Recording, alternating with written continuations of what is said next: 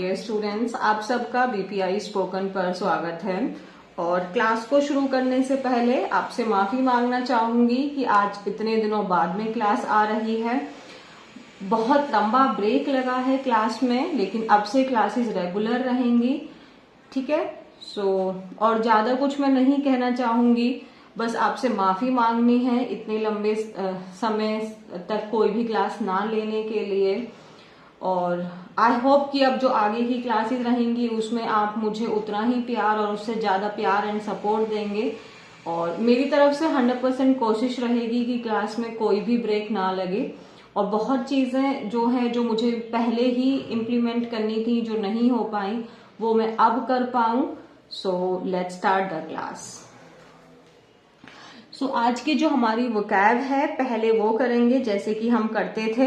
हाँ, और जो ये वोकैबलरी है और जो आज का आर्टिकल है वो टेलीग्राम चैनल पर आपको, वहां पे मैं इसको क्लिक करके वहां पे सेंड कर दूंगी।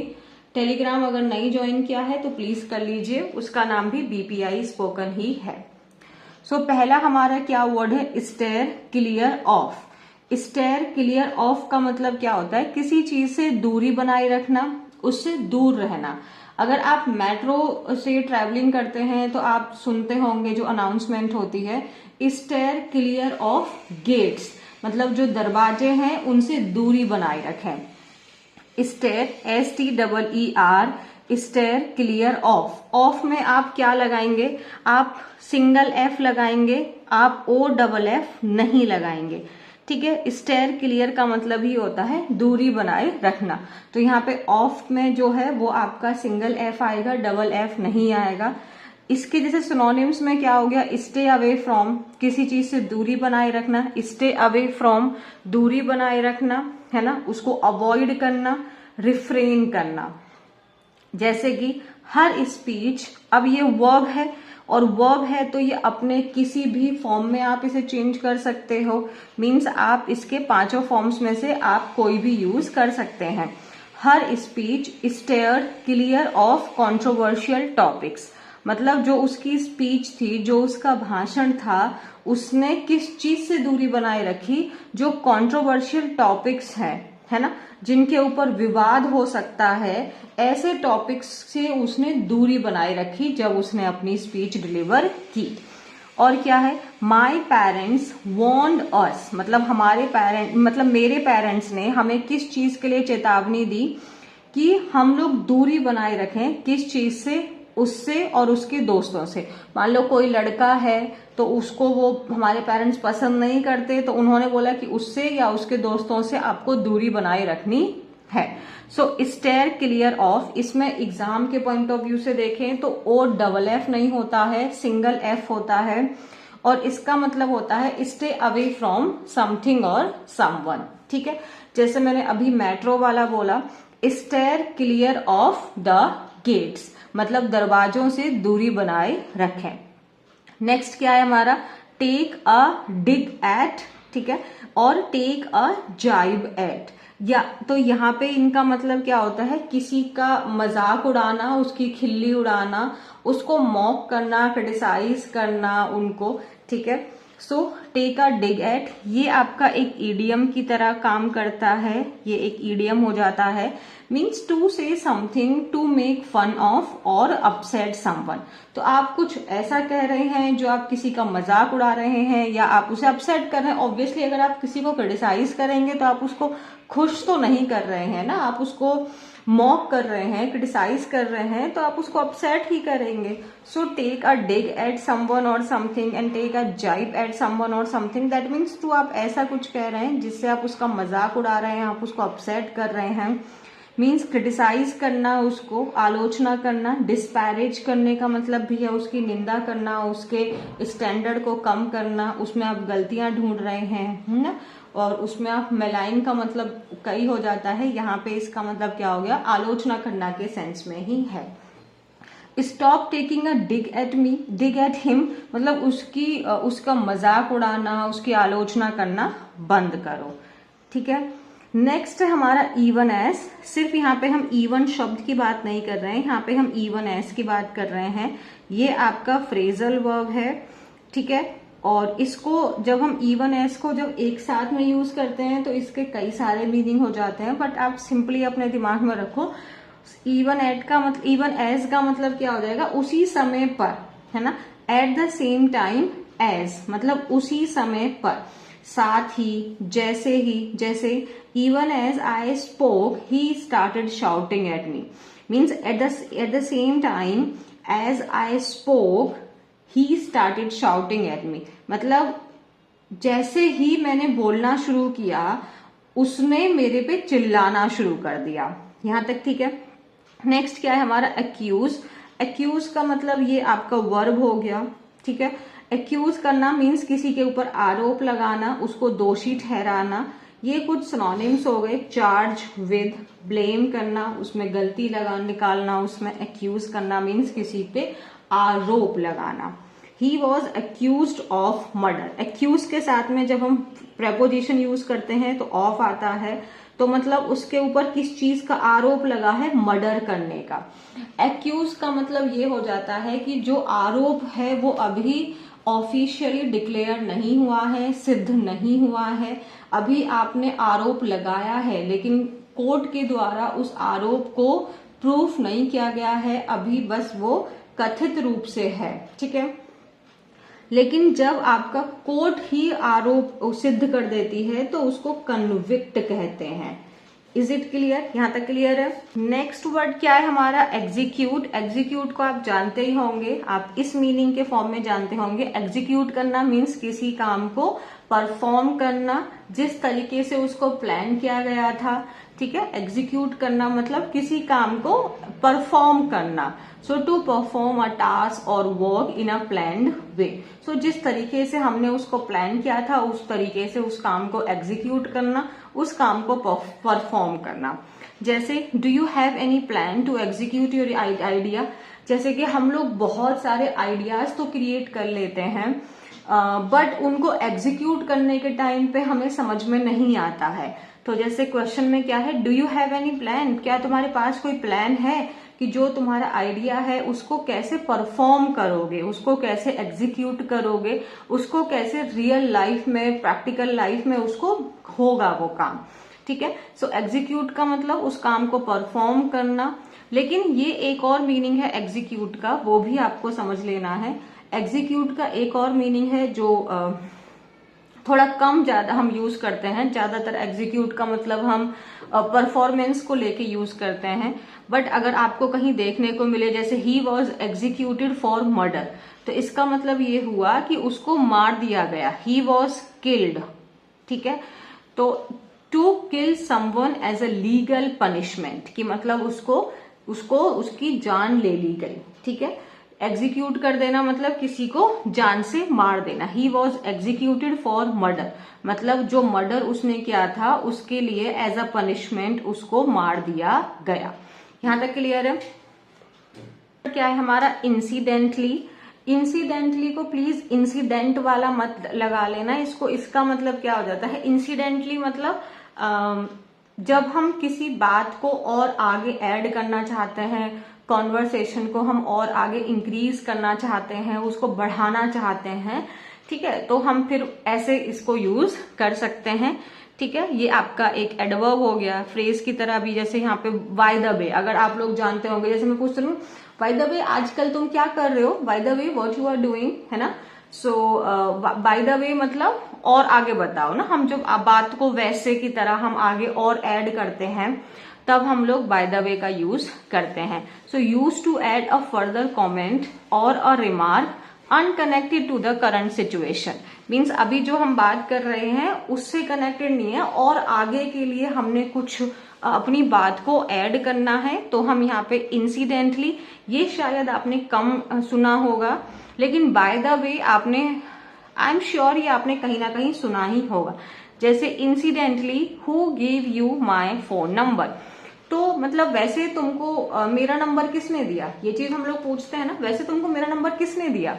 तो ये जो इंसिडेंटली है या जो ये बाय द वे है, ये वैसे वाला दे रहा है। वैसे वैसे तुम यहाँ पे कब आए, है ना। Bye the way when did you come here, तो बाय द वे मतलब वैसे वैसे कब आए तुम यहाँ पे, है ना। So incidentally when did you come here, तो मतलब हम जब अपनी आगे की कॉन्वर्सेशन को और बढ़ाना चाहते हैं, कोई और उसमें कमेंट या कोई और हम बात ऐड करना चाहते हैं, तो हम वहां पे इंसिडेंटली इस्तेमाल करते हैं। नेक्स्ट वर्ड क्या है हमारा, अनलाइक। अनलाइक जो है ये प्रेपोजिशन है और इसका मीनिंग क्या होता है, अनलाइक मतलब किसी चीज के विपरीत, उसके opposite, means in contrast to, different from and not typical. Typical का मतलब हो गया वो नॉर्मल है, but not typical of something means उससे डिफरेंट होना, उससे अलग होना, उसके विपरीत होना। It is unlike him to be so rude, मतलब he is usually very polite, मतलब अगर वो रूड है तो ये बहुत उसके जो नेचर है उसका, वो उसके बहुत विपरीत है, क्योंकि उसका नेचर कैसा है, बहुत पोलाइट है। लेकिन अगर वो रूड बिहेव कर रहा है तो ये नॉर्मल नहीं है, ये डिफरेंट है जो उसका यूजुअल बिहेवियर है।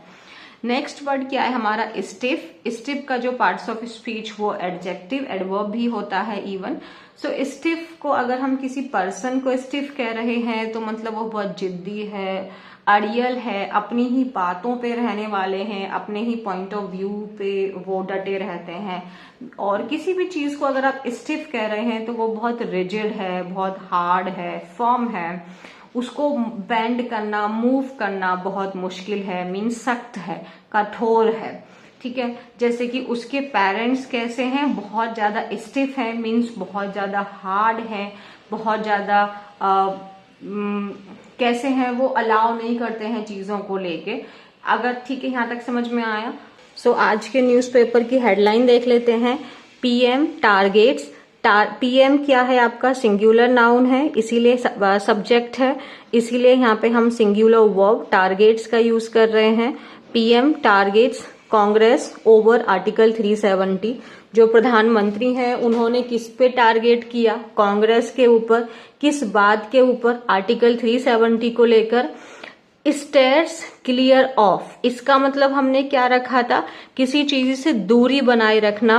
अब आपको पता है यहाँ पे जो सब्जेक्ट है वो पीएम है, और इसी की जो एक वर्ब तो ये हो गई और दूसरी वर्ब ये हो गई, पीएम स्टेयर्स क्लियर ऑफ। और मैंने आपको बोला कि जो ये स्टेयर है ये वर्ब है, वर्ब है तो ये कोई सा भी फॉर्म ले सकती है।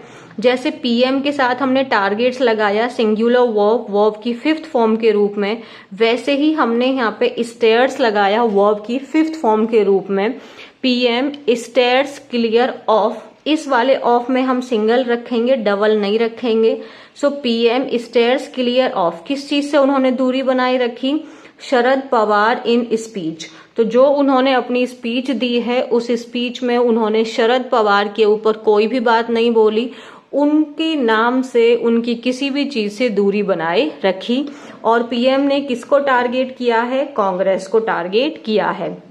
ठीक है, यहाँ पे जो ये स्टेयर्स है, ये जो वर्ब है, इसका जो सब्जेक्ट है वो पीएम है। Is it clear? Refraining from criticising NCP chief Sharad Pawar unlike his Lok Sabha election speech. Refrain करना मीन्स किसी चीज से अपने आप को बचाना, उस चीज को अवॉइड करना। रिफ्रेन के साथ हमेशा आपका फिक्स्ड प्रेपोजिशन आपका क्या आता है, from. Refraining from doing this work, क्योंकि ये प्रेपोजिशन है, प्रेपोजिशंस के बाद अगर वर्ब आती है तो वो हमेशा अपने आईएनजी फॉर्म में आती है। सो रिफ्रेनिंग फ्रॉम क्रिटिसाइजिंग, क्रिटिसाइज करना मीन्स आलोचना करना। तो एनसीपी चीफ शरद पवार की आलोचना करने से जो आपके पीएम नरेंद्र मोदी हैं वो क्या किए, रिफ्रेन किए, मीन्स उनके बारे में वो बात नहीं किए। Unlike his Lok Sabha election, unlike मतलब इन कॉन्ट्रास्ट है ना, डिफरेंट फ्रॉम, तो मतलब लेकिन जो उनके लोकसभा इलेक्शंस की स्पीच थी उसमें उन्होंने शरद पवार के बारे में बात की थी, उनको क्रिटिसाइज किया था। Prime minister Narendra Modi on Tuesday, Tuesday क्या है आपका नेम ऑफ द डे है, और नेम ऑफ द डे के साथ में हम लोग प्रपोजिशन ऑन का इस्तेमाल करते हैं। प्राइम मिनिस्टर नरेंद्र मोदी ने ट्यूसडे को टुक अ डिग, टुक अ डिग का मतलब क्या था, किसी का मजाक उड़ाना, कुछ ऐसा बोलना जो क्रिटिसाइजिंग है, मॉकिंग है, डिस्पैरेजिंग है। तो उन्होंने किसका मजाक उड़ाया या किसके ऊपर उन्होंने कटाक्ष दिए? Instead at the Congress for its plan to bring back article 370। मतलब इंस्टेड का मतलब हो गया के बजाय। तो वो किस चीज से रिफ्रेन हुए? उन्होंने चीफ शरद पवार के बारे में बात करने को अवॉइड किया और इसकी बजाय उन्होंने किसका मजाक उड़ाया, किसको मॉक किया, किसको क्रिटिसाइज किया? कांग्रेस को। किस चीज को लेके? कि जो उनका प्लान है आर्टिकल 370 को वापस लाने का जम्मू एंड कश्मीर में। Even as he accused the party of creating division among backward communities for political gains. Even as मतलब इसी के साथ साथ में, मतलब इस बात को जो बोला जम्मू कश्मीर में 370 वापस लाने का प्लान है कांग्रेस का, इस बात के ऊपर जो उन्होंने उनको क्रिटिसाइज किया और इसी समय पर एट द सेम टाइम उन्होंने उस पार्टी पे ये बात का भी आरोप लगाया कि वो जो बैकवर्ड कम्युनिटीज हैं अपने पॉलिटिकल फायदे के लिए उनके बीच में क्या डाल रहे हैं, उनको डिवाइड कर रहे हैं। ठीक है, अब देखो ऑफ क्रिएटिंग, ऑफ क्या है? प्रपोजिशन। तो हमने क्रिएट नहीं यूज करके वहां पे क्या यूज किया है? क्रिएटिंग। ठीक है, the Congress is dividing the country only for gaining power. जो कांग्रेस है वो देश को बांट रही है अपने फायदे के लिए। They are creating fights among the Dalit, backward and tribal communities. वो क्या कर रहे हैं? जो हमारे दलित हैं, बैकवर्ड क्लासेस हैं, ट्राइबल कम्युनिटीज हैं, उनके बीच में लड़ाई पैदा कर रहे हैं, उनको डिवाइड कर रहे हैं ताकि उनको प्रॉफिट हो सके। They want to divide SCs, STs and OBCs and break their unity to weaken them. ऐसा मोदी जी ने कहा। और आगे अपनी बात को बोलते हुए उन्होंने क्या बोला है? वो ऐसा क्यों कर रहे हैं? This was being done to take away their reservation. और वो ऐसा इसलिए कर रहे हैं ताकि वो उनके रिजर्वेशन को वापस ले सकें। We should not forget. Should जो है ये आपका मॉडल वर्ब है और मॉडल वर्ब के बाद में हमेशा वर्ब का बेस फॉर्म आता है। सो gate, got, gotten. So forget आपका वर्ब का फर्स्ट फॉर्म या बेस फॉर्म है। वी शुड नॉट फॉरगेट का मतलब हमें ये बात नहीं भूलनी चाहिए। वी शुड नॉट फॉरगेट, यहां तक क्लियर रहेगा। आगे अब हम जैसे आगे हम अपनी बात को बोलना चाहते हैं कि हमें यह बात नहीं भूलनी चाहिए कि अब हम क्या बोलेंगे? We should not forget that, क्या नहीं बोलना चाहिए? दैट हम सबको मेहनत करनी चाहिए। That we all must to work hard और we all must work hard. Is it clear? तो वी शुड नॉट फॉरगेट का मतलब हमें यह नहीं भूलना चाहिए। आगे जब हम और आगे अपने सेंटेंस को जोड़ना चाहते हैं तो दैट कंजंक्शन लगा के एक और सेंटेंस को हम इससे जोड़ देंगे। दैट हम एक रहेंगे तो सेफ रहेंगे। We should work towards finishing these anti India forces, he said. और आगे उन्होंने क्या बोला? We should work. वर्क यहाँ पे वर्ब का बेस फॉर्म हो गया हमारा, शुड है, उसके बाद वर्ब का बेस फॉर्म आएगा। हमें किस चीज की तरफ काम करना चाहिए? ये जो एंटी इंडिया फोर्सेस हैं उनको खत्म करने की तरफ। यहां तक क्लियर है? Modi said the Congress with its allies is trying to bring back Article 370 which the NDA government removed in Jammu and Kashmir। तो मोदी जी ने क्या बोला? जो कांग्रेस है वो अपने अलाइज कौन होते हैं? ग्रुप होते हैं। उनके साथ में क्या कोशिश कर रही है कि जो आर्टिकल 370 है उसको वापस ले आए, जो एनडीए गवर्नमेंट ने जम्मू एंड कश्मीर में हटाया था। They ruled the country for 7 decades but could not execute the constitution written by Baba Saheb Ambedkar in Jammu and Kashmir। मतलब क्या बोला है कि उन्होंने जो देश है उसको 70 सालों तक रूल किया। डिकेड्स मतलब आपका एक डिकेड में कितने होते हैं? 10 ईयर्स। ठीक है, तो 7 डिकेड्स मतलब 70 ईयर्स। तो उन्होंने 70 सालों तक रूल किया, लेकिन वो कॉन्स्टिट्यूशन जो बाबा साहेब अंबेडकर के द्वारा लिखा गया था वो उसको एग्जीक्यूट नहीं कर सके जम्मू एंड कश्मीर में। But we executed it by removing article 370 and brought peace by hoisting the 3 colour. लेकिन हमने इसको एग्जीक्यूट किया। कैसे एग्जीक्यूट किया? आर्टिकल 370 को हटाकर और वहां पर शांति लाकर। कैसे? हमने वहां पर हमने जो हमारा झंडा है उसको फहराया। ठीक है, अब यहाँ पे देखो आप होइस्ट का मतलब क्या होता है? जब हम झंडे को फहराते हैं तो उसको होस्ट नहीं कहते, उसकी स्पेलिंग में HOIST होता है। ये एग्जाम के पॉइंट ऑफ व्यू से एक बहुत अच्छा यहाँ से एरर बनता है। Is it clear? The country will never accept bringing back article 370। जो कंट्री है वो कभी भी आर्टिकल 370 के वापस लाने को स्वीकार नहीं करेगी, नहीं कर सकती है। And people of Maharashtra will also oppose it. और जो महाराष्ट्र के लोग हैं वो भी इसका विरोध करेंगे। ऑफ का मतलब क्या हो जाता है? के। ठीक है, सो महाराष्ट्र के लोग। Is it clear? In Karnataka the Congress made false promises. Karnataka में कांग्रेस ने फॉल्स प्रोमिसेस किए। And after coming to power means जब वो लोग वहां पे इलेक्शन जीत गए तो वो भूल गए। फॉरगॉट है ना, तो अभी हमने देखा था फॉरगेट हमारा वर्ब का फर्स्ट या बेस फॉर्म था, और ये गेट को अगर आप गॉट बना दोगे तो ये हमारा सेकंड फॉर्म हो जाएगा। और वो भूल गए। ठीक है, वहां पे चीजों को भूल गए। There are only scams coming out of Karnataka. अगर कर्नाटका में देखें तो अब सिर्फ आपको स्कैम्स बाहर निकल के आ रहे हैं। कांग्रेस जो है वो वहां के लोगों को लूट रही है और जो पैसा है उसको वो महाराष्ट्र इलेक्शंस के लिए इस्तेमाल कर रहे हैं। We have to save Maharashtra. हमें महाराष्ट्र को बचाना होगा। For which we have to keep the Congress away. और उस चीज के लिए हमें कांग्रेस को दूर रखना होगा। He repeated the earlier challenge to the Shiv Sena UBT to try and make Rahul Gandhi praise Bala Saheb Thackeray and give a speech in favor of Veer Savarkar. उन्होंने फिर से अपनी बात को रिपीट किया जो उन्होंने शिवसेना यूबीटी को उनको चैलेंज दिया था कि वो जो राहुल गांधी हैं उनको परसुएड करें कि वो बाबा साहेब ठाकरे के बारे में उनकी तारीफ करें। ठीक है, और जो है वीर सावरकर उनके बारे में कुछ अच्छा बोलें। इंसिडेंटली मतलब अब यहां तक ये बात खत्म होके आगे और ये जो ऑथर हैं, जो राइटर हैं, ये आगे और कुछ अपनी बात को ऐड करना चाहते हैं, तो फिर उन्होंने यहाँ पे ये शब्द यूज किया है इंसिडेंटली। जो पीएम है, वैसे जो पीएम है, he did not mention Sharad Pawar और his party in his election speech. लेकिन वैसे जो पीएम है उन्होंने शरद पवार या उनकी पार्टी का कोई भी जिक्र नहीं किया अपनी जो स्पीच वो दे रहे थे। Unlike his Lok Sabha election speech, unlike मतलब के विपरीत, लेकिन जो उनकी लोकसभा इलेक्शन की जो स्पीच हुआ करती थी उसमें वो शरद पवार जी के बारे में बहुत कुछ बोला करते थे।